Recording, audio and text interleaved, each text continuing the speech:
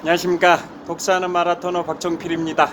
자, 이곳 지하철 8호선 강동구청역에서 올림픽공원을 경유해서 잠실 석촌호수 방향으로 이동하면서 촬영하겠습니다. 화이팅!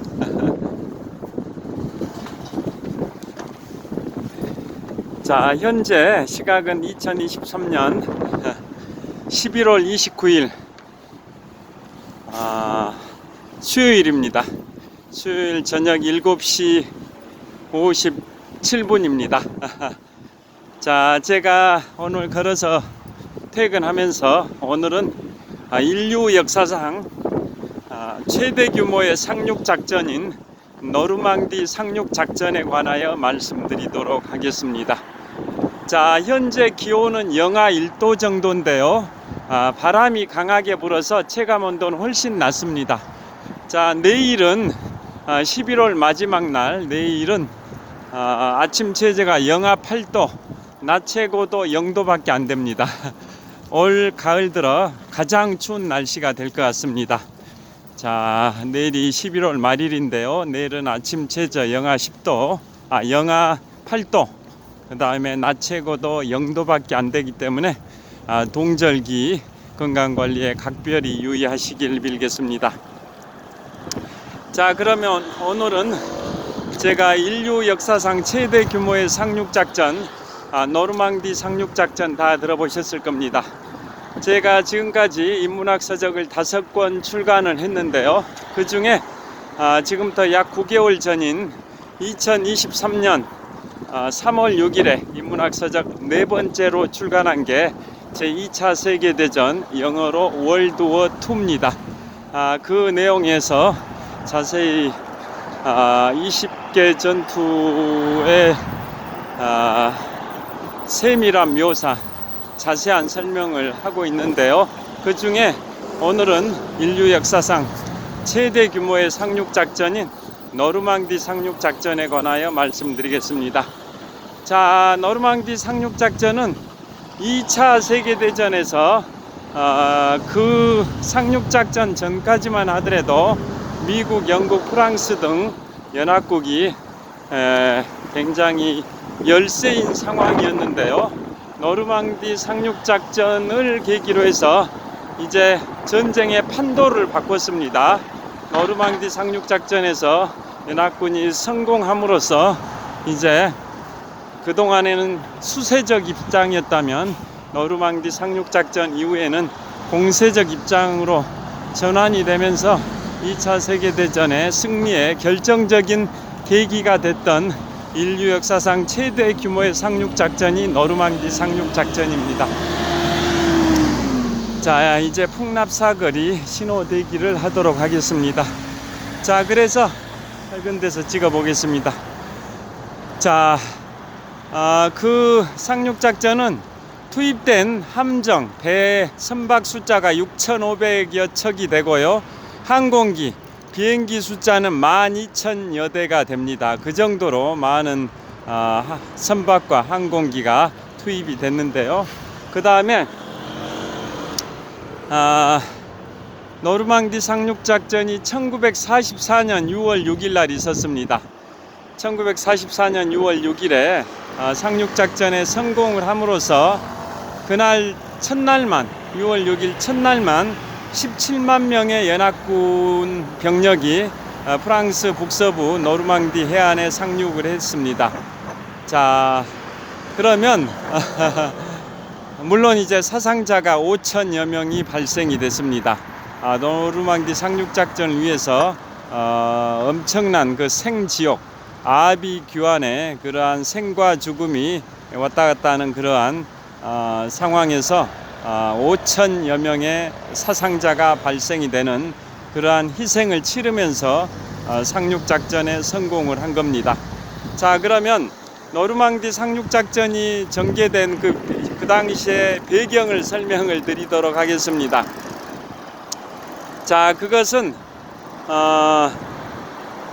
2차 세계대전이 1939년 9월 1일 독일이 폴란드를 침공하면서 발생이 됐는데요.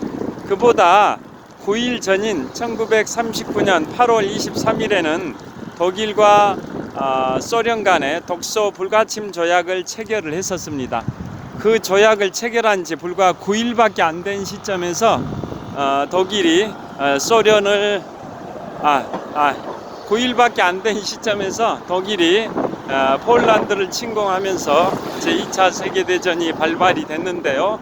자, 그래서 2차 세계대전 초반에는 독일이 소련을 공격하진 않았는데요.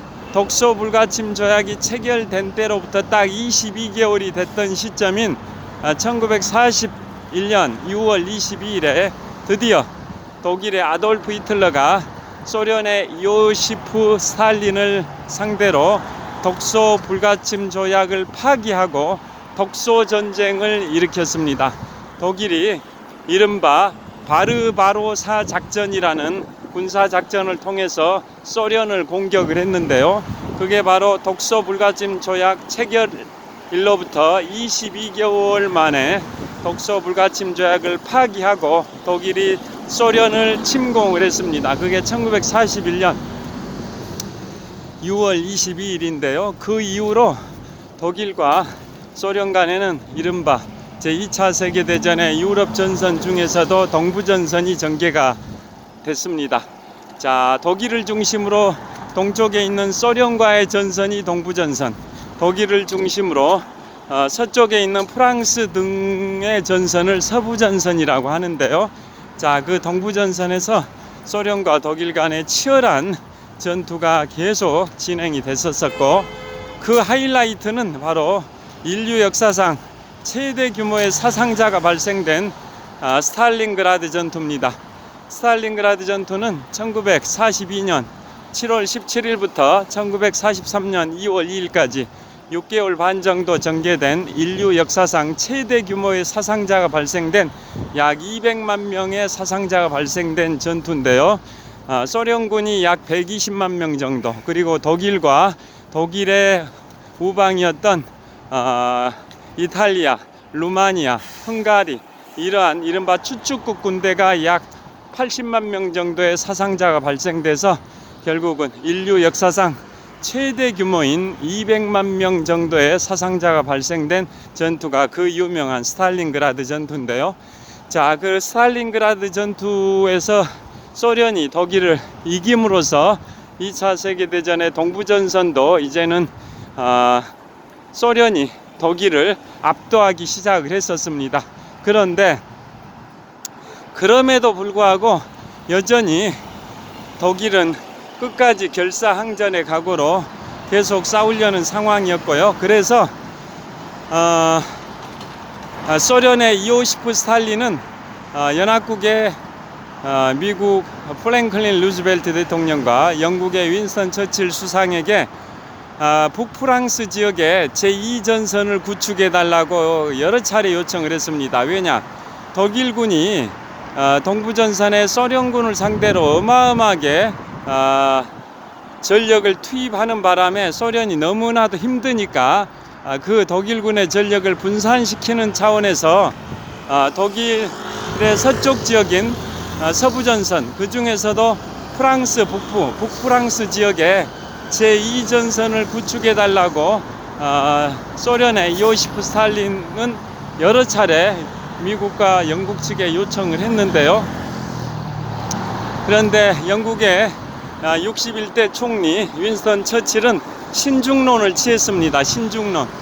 그러는 바람에 좀 늦어졌습니다. 그런데 드디어 영국이나 미국도 소련의 요청을 받아들이게 된 게 바로 1943년 11월 말에 있었던 이란의 테헤란에서 테헤란 회담을 합니다.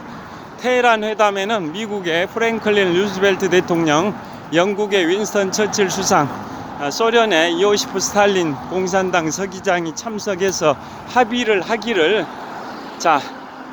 1944년 5월 1일까지 북프랑스 지역의 상륙작전을 감행하겠다라고 결의를 합니다. 그런데 그게 이제 한 차례 늦어져서 드디어 1944년 6월 5일 날 상륙작전을 하기로 결정이 됐는데요. 철저한 군사 보안 하에서 그게 결정이 됐습니다.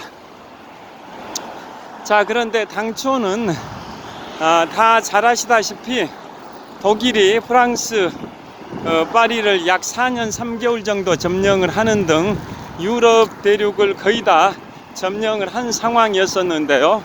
자, 그래서 유럽 대륙의 수복, 유럽 대륙을 탈환하기 위해서 연합군이 바로 노르망디 상륙 작전을 감행을 하게 된 겁니다. 자, 그런데 그 노르망디 상륙 작전을 할 장소를 물색함에 있어서 4군데 지역을 물색을 했었습니다.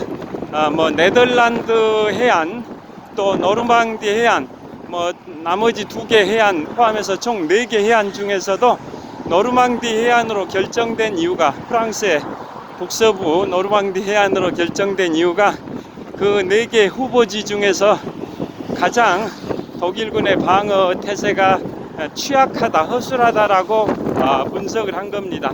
그래서 프랑스 북서부 해안 노르망디로 결정이 됐는데요. 그런데 이제 드디어 D-Day가 왔습니다.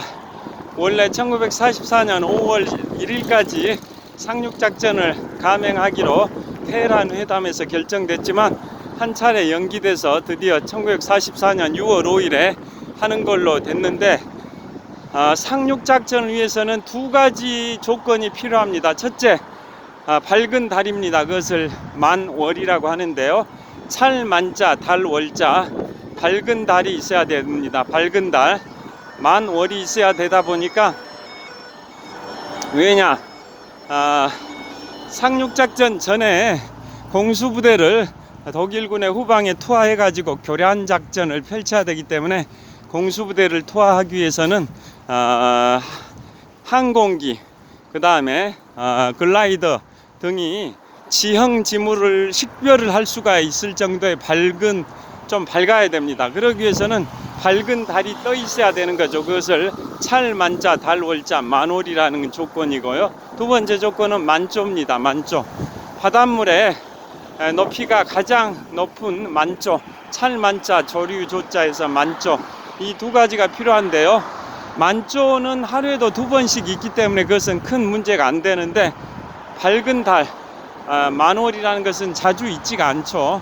한 달에 한 번 보름달이 뜨니까요. 그래서 그 시기가 딱 1944년 6월 5일이 딱 맞는 시기였습니다. 그래서 그날로 정한 건데, 그날 엄청나게 바람이 불고 날씨가 안 좋았습니다. 자, 그래서 파도가 너무 셌기 때문에 해안에 상륙하기가 어려워서 일단 6월 5일에 못하고 긴급 대책회의를 열었습니다.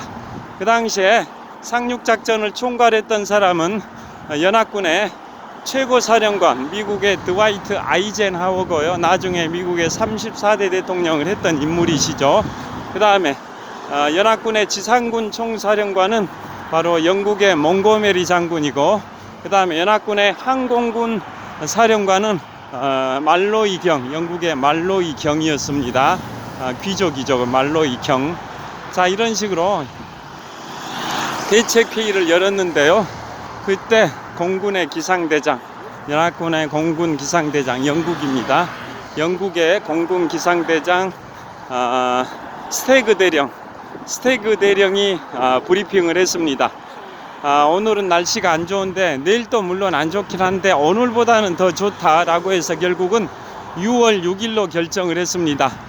그 당시에 연합군의 항공군 사령관인 말로이 경은 굉장히 반대가 있었습니다. 왜냐, 날씨가 좀 호전된다고는 하지만 역시는 안 좋기 때문에 항공기들이 공수부대 요원들을 강화시키는데 지형지물 식별이 안 돼서 어려움이 있다라고 반대를 했지만은 최고 사령관인 드와이트 아이젠하워가 6월 6일로 결정을 한 이유는 그 수많은 병력, 물자들이 다 대기 상태에 있고 2주 정도 군사 보안을 유지하고 있었습니다. 군인들의 외출 외박을 전면 금지하고, 그게 독일군한테 누설되면 안 되니까요. 그래서 그 군사 보안을 2주 정도 유지해 왔는데, 계속적으로 군사 보안을 오랫동안 그 상륙작전을 연기를 하게 되면 그 군사 보안을 계속 유지하기가 쉽지가 않은 상황이었습니다. 그래서 결국은 하루를 늦춰가지고 6월 5일보다는 6월 6일이 좀 더 날씨가 좋아진다니까 6월 6일로 결정을 하면서 드와이트 아이젠하워가 이런 고뇌에 찬 말을 했습니다. 최고사령관 한 명의 결정에 의해서 모든 것의 운명이 좌우되는 그런 결정을 하게 됐다.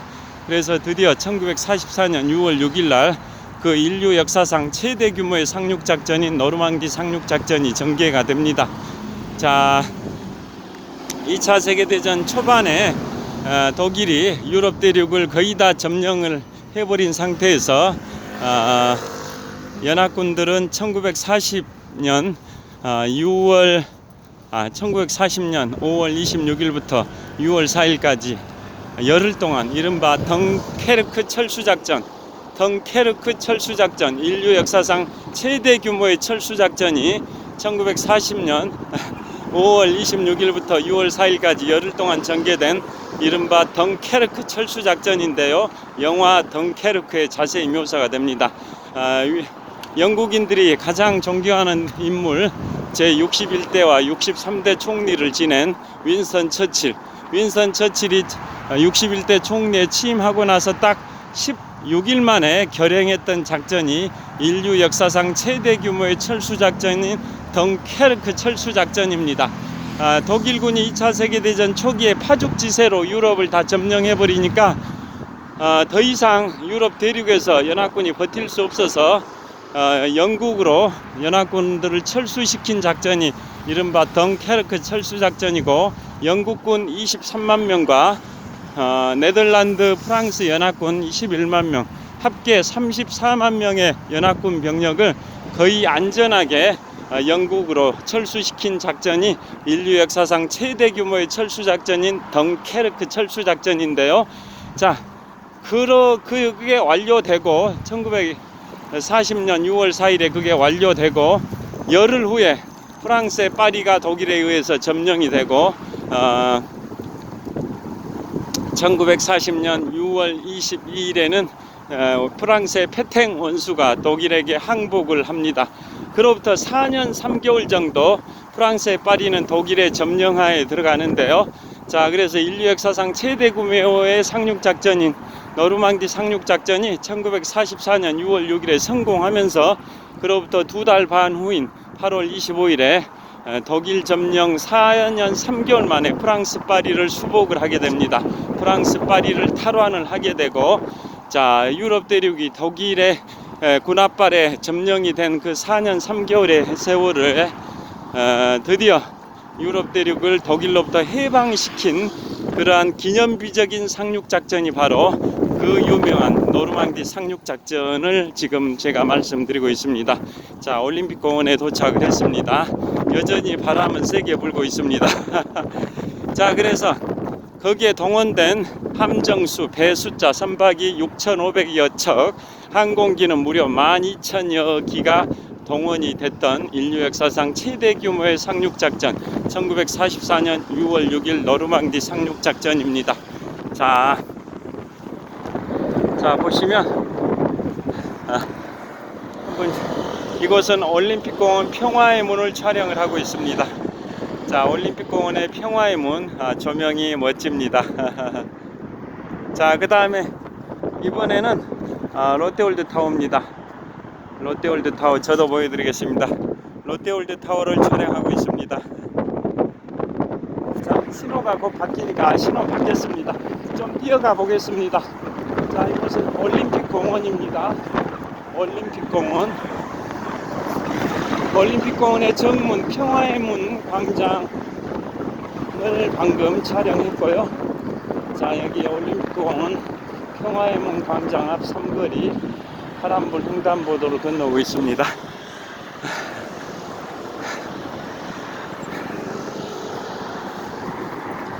자, 그 다음에 그래서 그 노르망디 상륙작전이 전개될 때 과정을 말씀드리겠습니다.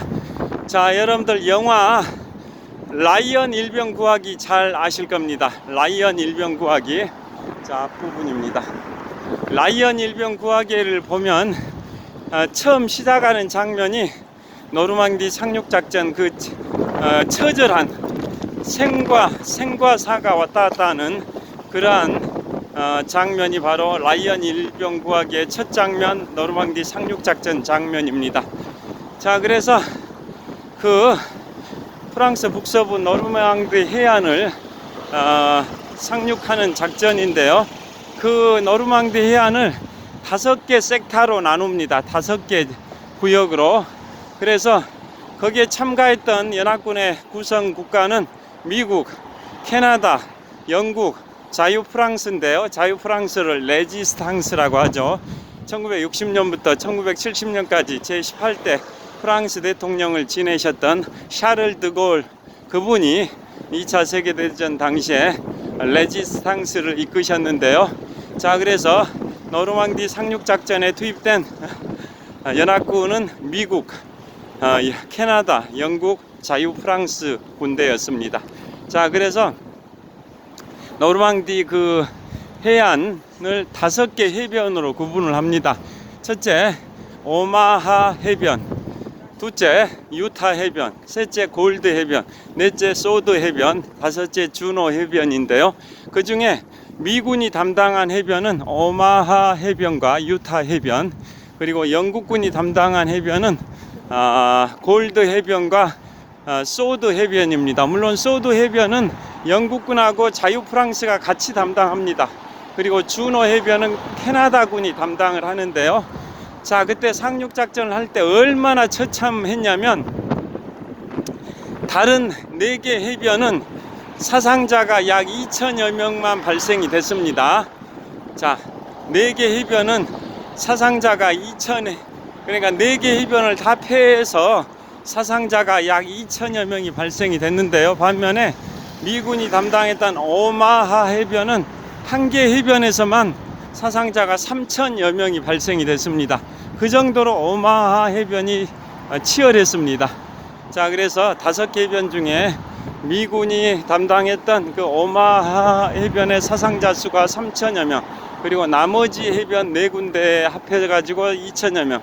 그래서 노르망디 상륙작전에서 인류 역사상 최대 규모의 상륙작전에서 연합군이 5천여 명의 사상자를 발생시키면서 결국은 성공을 시켜서 유럽 대륙에서 독일의 베를린을 향해서 진공작전을 펼치기 위한 연합군의 교두보, 발판을 마련한 게 바로 노르망디 상륙작전입니다.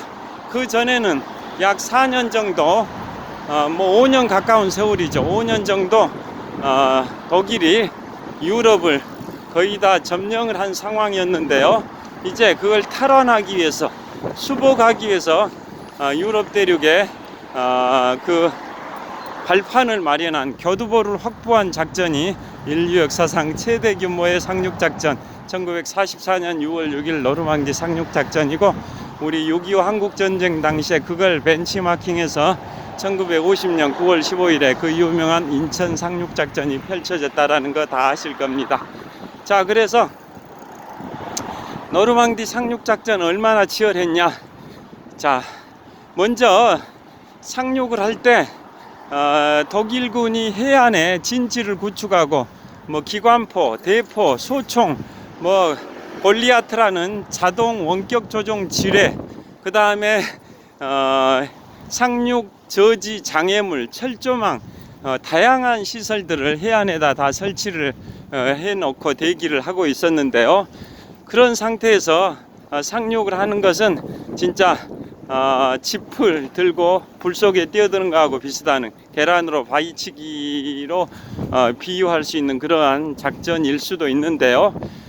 자, 그래서 그 피해를 최소화하기 위해서 공수부대들이 먼저 투하가 돼가지고 독일군의 해안포 진지들을 다 파괴하는 임무를 해야 되는데, 그날 날씨가 안 좋다 보니까 공수부대들이 제대로 된 지점의 투하를 강화를 못했었습니다. 제대로 된 목표 지점에 공수부대들이 착륙을 해가지고 적의 해안포 진지, 독일군 해안포 진지들을 다 파괴해야 되는데 그렇지 못한 경우가 꽤 있었습니다. 특히 미군이 담당했던 오마하 해변이 특히 그랬습니다. 그에 반해서 다른 4개 해변들은 공수부대들이 일부 지역들은 다 독일군의 해안포 진지들을 다 파괴를 해가지고 독일군의 기관포, 대포 뭐 이런 것들을 상당 부분 무력화 시켰는데요. 그에 반해서 미군이 상륙을 하는 오마하 해변은 그런 게 제대로 안 돼 있었습니다. 그래서 결국은 오마하 해변에서 미군의 사상자가 3천여 명이나 발생이 돼 버렸는데요. 자, 그쪽에 상륙하는 미군 부대는 미국 제1보병사단과 미국 또 제29보병사단이 그쪽에 상륙을 합니다. 자, 그래서 라이언 일병구하기 영화 첫 장면에 잘 묘사된 것처럼 상륙정의 앞문이 열리자마자 엄청나게 독일군들의 기관포, 대포들이 발사가 돼서 어마어마한 병력들이 사망하거나 다치거나 이러한 아비규환 그 생과 사가 바로 순식간에 바뀌어버리는 그러한 상황이 계속 전개가 되는데요.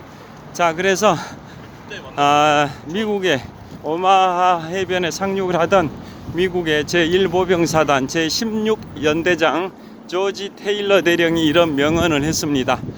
이곳에는 2종류의 사람만 있다. 하나는 이미 죽은 자, 두 번째는 곧 죽을 자. 이 2종류의 사람만 존재하는 생지옥의 그러한 현장이다라고 미군의 제1보병사단의 제16연대장 조지 테일러 대령이 했던 명언입니다. 자, 그 정도로 힘든 상황이었고요. 그리고 또 대표적으로 미군의 제29보병사단의 제16연대는 한 중대가 그 제29보병사단에 소속 한 개 중대를 예를 들면 그 상륙이 시작될 때 독일군들의 엄청나게 대포, 기관포, 뭐 지뢰 이런 게 터지면서 단 5분 만에 한 개 중대 병력 198명 중에 2명을 제외하고 다 사망을 해버렸습니다. 단 5분 만에 198명 중에 2명만 생존하고 196명이 사망, 전사를 해버렸습니다. 그러니까 생존율이 1%밖에 안 되는 거죠. 198명 중에 2명이 살고 196명이 죽었으니까요. 그 정도로 미국의 제29보병사단은 처참한 그러한 상황에 직면했습니다. 자, 그곳이 바로 미군이 담당했던 오마하 해변입니다. 그런데 천신만고 끝에 전후의 시체를 넘어서 천신만고 끝에 드디어 독일군의 해안포 진지까지 진격을 합니다. 그래서 해안포 진지들을 무력화시킵니다. 그때 선두에서 진두지휘했던 분이 바로 미군의 제1보병사단의 제16연대장 조지 테일러 대령입니다.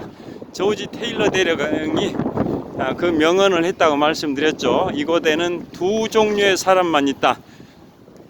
이미 죽은 자와 곧 죽을 자, 이 2종류의 사람만 있는 그러한 아비규환 생지옥의 그러한 상황인데, 결국은 그 미군 제1보병사단 제16연대장 조지 테일러 대령이 독일군의 해안포 진지를 결국은 점령을 합니다. 그래서 상륙작전에 성공을 하고요. 그게 그 5개 해변 중에 가장 사상자가 많이 발생한 미군이 담당했던 오마하 해변이고 3천여 명의 사상자가 발생이 됐습니다. 그러면 나머지 4개 해변 상황은 캐나다가 담당한 주노 해변. 캐나다는 물론 캐나다도 뭐 사상자가 한 4,500명 발생이 됐는데요. 캐나다군이 담당한 주노 해변은 딱 15분 만에 해안을 점령을 했습니다. 해안에 상륙을 하고 독일군의 해안포 진지를 무력화시키고, 더 나아가서 옆에 영국군이 상륙하는 골드 해변까지 가가지고 골드 해변의 독일군의 해안포 진지를 공격을 하는 바람에 영국군이 굉장히 도움을 많이 받았습니다. 그 다음에 유타 해변은 어디가 미군이 담당을 했었고요. 그 다음에 영국군이 또 자유 프랑스와 함께 담당한 지역이 또 소드 해변이라고 말씀드렸습니다. 자, 여기 크리스마스 트리 한번 보여드리겠습니다. 여기가 롯데월드타워 크리스마스 트리. 이제 크리스마스가 한 26일밖에 안 남았는데요. 자, 엄청나게 화려한 롯데월드타워 크리스마스 트리 구역을 보여드리도록 하겠습니다. 자, 이쪽 보시면은, 자, 보여드리겠습니다. 자, 롯데월드타워입니다. 123층 555m 높이 기준 세계 5위 규모 OECD 국가 38개 회원국 중에서는 가장 높은 빌딩 롯데월드타워를 촬영하고 있습니다. 자, 롯데월드타워 바로 앞에 괴테 광장이 있고요. 괴테 광장 바로 동쪽에 초대형 크리스마스 트리가 있고 회전 목마 이런 놀이 시설도 보입니다. 저를 한번 보여드리겠습니다. 자, 이곳은 롯데월드타워 바로 동쪽에 있는 괴테 광장과 초대형 크리스마스 트리를 촬영을 하고 있습니다. 자, 롯데월드타워 다시 한번 보여드리겠습니다. 자, 123층 555m 높이 기준 세계 5위 규모 OECD 국가 38개 회원국 중에서는 가장 높은 빌딩 롯데월드타워 바로 동쪽에 독일의 대문호 괴테를 기리는 괴테 동상이 있고요. 자, 초대형 크리스마스 트리도 있습니다. 최근에 자주 말씀드린 것처럼 롯데그룹의 창업 회장이신 신격호 전 회장께서 젊은 시절에 독일의 대문호 괴테의 작품 젊은 베르테르의 슬픔을 너무 감명 깊게 읽으셔서 그 작품에 등장하는 여주인공 샤롯데에서 이름을 따서 롯데그룹의 기업명을 명명했다고 여러 차례 소개해 드린 적이 있는데요. 그래서 롯데월드타워 앞에는 괴테 동상도 세워져 있고 바로 초대형 크리스마스 트리도 크리스마스 시즌을 맞이해서 설치를 해뒀습니다. 자, 이쪽에서 계속 촬영해도 될 것 같아요. 왜냐하면 저쪽으로 접근하면 음악 소리가 시끄러워 가지고 여기에서 하는 게 좋을 것 같습니다. 자, 그래서